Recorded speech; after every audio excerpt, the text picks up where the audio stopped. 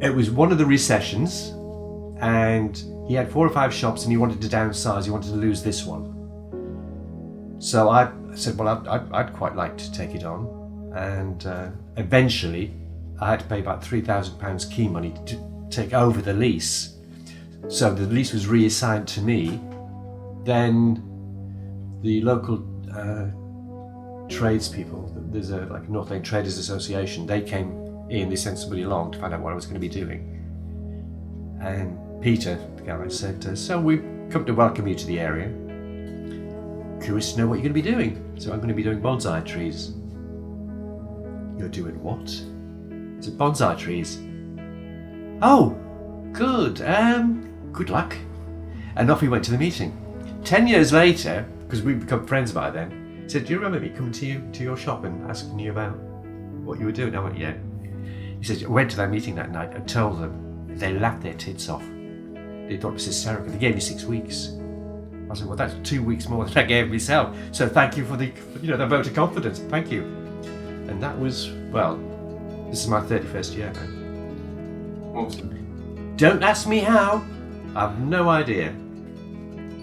My name is Eric Danot, and my shop is called Bonsai Ko, and I sell bonsai trees.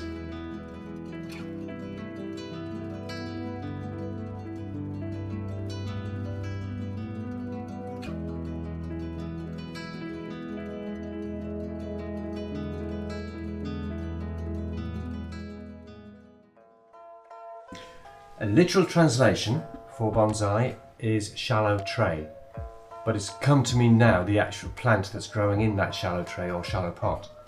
So bonsai are 2 separate words, but they've been pushed together to make the word that we know today. The original source for bonsai was China, not Japan, as many people think, and it's over 2,000 years ago now.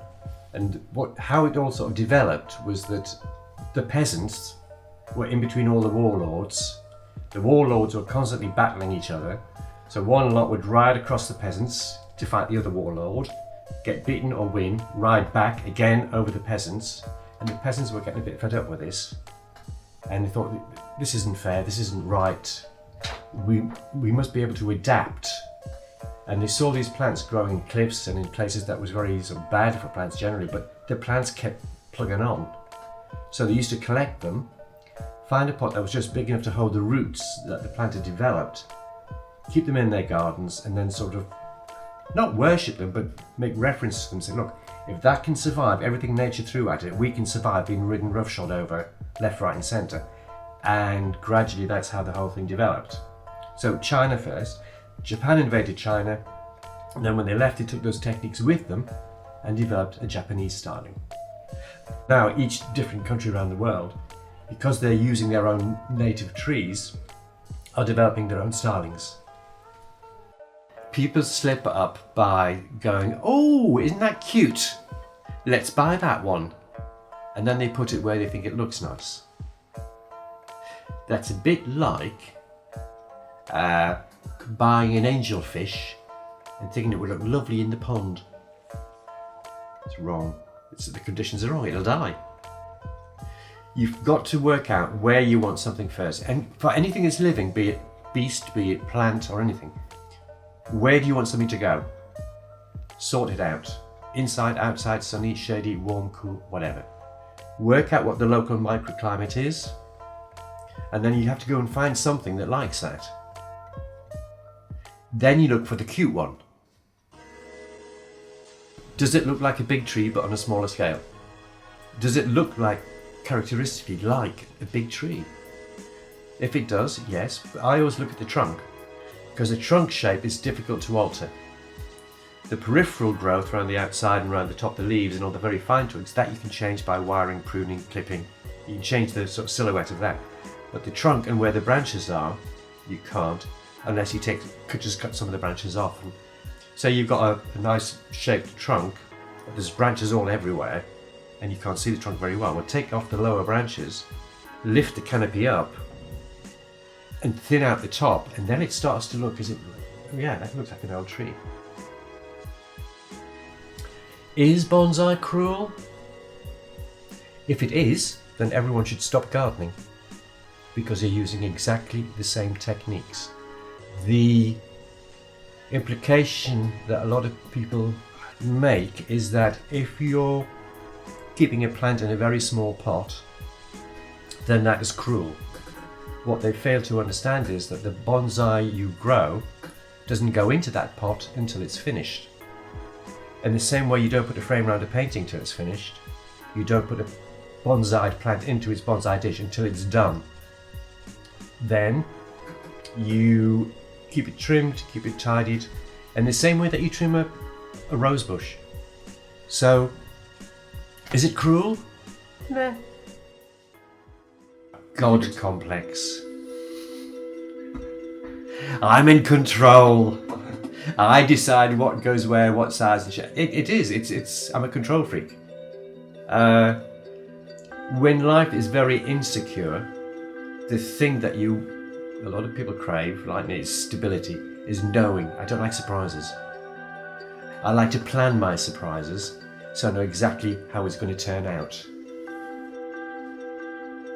My passion for bonsai, it's actually predated by my passion for gardening. My Dutch grandfather had an allotment and I used to spend all my time through the days working with him on the allotment. So plants have always been a fascination. Then as a kid I got a comic which said scoop out an orange, plant a seed and that'll turn into a bonsai. Rubbish. So that led me to the library, found a book on it, thought, oh, that looks good. And then you just practice. So looking after plants and gardening in general has sort of gone side by side with the bonsai side. Be stubborn. There'll be a lot of people that tell you you can't do it. Be wary of those. Be wary of people that say, oh, you're going to be a huge success within months, years, whatever. Stay clear of them. It's up to you whether it works or not. Put the hours in. Be there when people want to come in and say you're selling something, they want to buy something. You've got to be there to open the shop. When it comes to the money side, don't owe anyone anything financially. Unless it's a very outset and you need a little bit of seed money just to get you started, but pay it back as soon as you can. Don't owe. If you're making enough to live on, if you're making enough to pay the bills, and you've got to prioritise, so pay for the accommodation, pay for the bills, pay for the stock, and then if you've got any money left over, then you can pay yourself some wages. Since I've got my pension, that's the first time the water levels have gone from there down to there. So for the first time in my life, I feel financially secure. But I was doing something I really enjoyed doing. So, do I regret doing this? No, not in a long way.